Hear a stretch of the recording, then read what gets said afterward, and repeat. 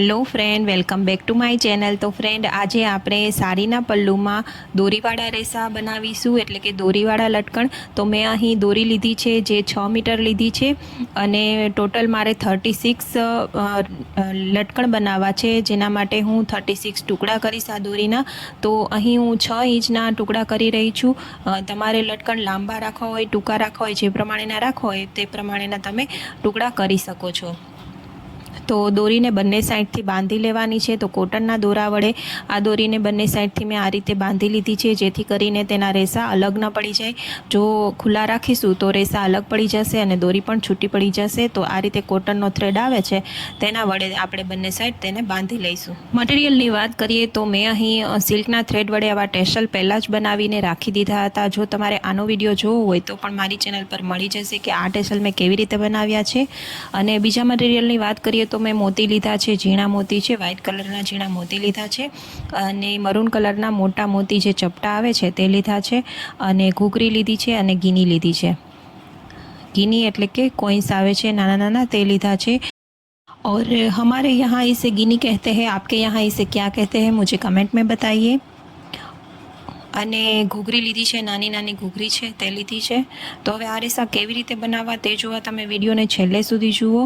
અને હા ફ્રેન્ડ, એક નાનકડી રિક્વેસ્ટ છે કે તમે વિડીયો પૂરો જોઈ લો છો પણ લાઇક નથી કરતા, તો પ્લીઝ વિડીયોને લાઇક કરી આપો। જો તમે મારી ચેનલ પર ન્યૂ છો તો ચેનલને સબસ્ક્રાઈબ કરી આપો અને બેલ આઇકનને પ્રેસ કરો, જેથી કરીને તમને આવનારા મારા બધા વિડીયોની નોટિફિકેશન મળી રહે। તો હવે આના પર આપણે વર્ક કરીશું। તો પહેલાં તો દોરીને માપી લેવાની છે અને વચ્ચે વચ્ચે 1 ઇંચનું માપ કરી લેવાનું છે અને પછી આપણે તેના પર વર્ક કરીશું। તો સૌથી પહેલાં 1 ઇંચનું છોડી અને ત્યાં આપણે ઘૂઘરી ટાંકવાની છે। તો સોય દોરા વડે આપણે પહેલાં તો ઘૂઘરીને ટાંકી દઈશું। અત્યારે આ રેસા છે જે દોરીવાળા રેસા તે ખૂબ જ ટ્રેન્ડિંગમાં છે। તો તમે દુપટ્ટામાં, સાડીમાં, ગમે તેમાં આ બનાવી શકો છો અને ખૂબ જ સરસ લાગે છે। નવરાત્રિમાં પણ ખૂબ જ સરસ લાગે છે। જો નવરાત્રિ માટે તમારે બનાવવા હોય તો આમાં કોડીનું પણ વર્ક કરી શકો છો અને બીજા પણ જે ઓક્સિડાઇઝના કોઇન્સ આવે છે તે પણ લગાવી શકાય છે। આમાં ઘણું બધું અવનવું બની શકે છે। તો વિડીયોને તમે છેલ્લે સુધી જુઓ અને આ વર્ક કેવી રીતે હું કરું છું તે તમે જુઓ। જો વિડીયો સ્કીપ કરશો તો તમને નહીં સમજાય કે આ રેસા કેવી રીતે બને છે।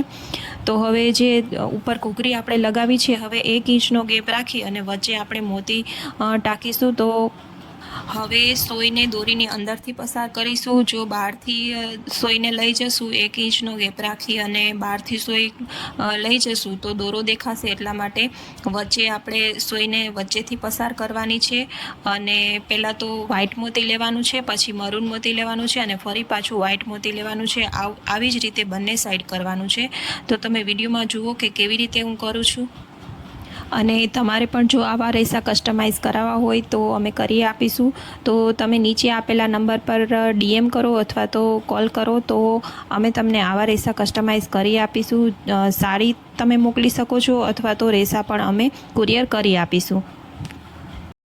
હવે વચ્ચેની સાઈડ મોતી ટંકાઈ જાય બંને સાઈડ, પછી હવે નીચે દોરાને પાસ કરવાનો છે અને ત્યાં આપણે ફરી પાછી ઘૂઘરીને ટાંકવાની છે। ફરી પાછો 1 ઇંચનો ગેપ રાખી અને નીચે આપણે જે ટેસલ બનાવેલા છે તે ટાંકીશું અને ટેસલની ઉપર આપણે ગીની ટાંકીશું।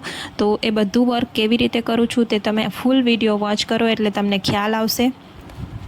અને આવા જ આર્ટના વિડીયો જોવા માટે મારી ચેનલને સબસ્ક્રાઈબ કરો અને મારી ચેનલની વિઝિટ કરો। તમને ઘણા બધા આર્ટના વિડીયો જોવા મળી જશે અને ઘણા બધા રેસા પણ અલગ અલગ ડિઝાઇનમાં જોવા મળશે।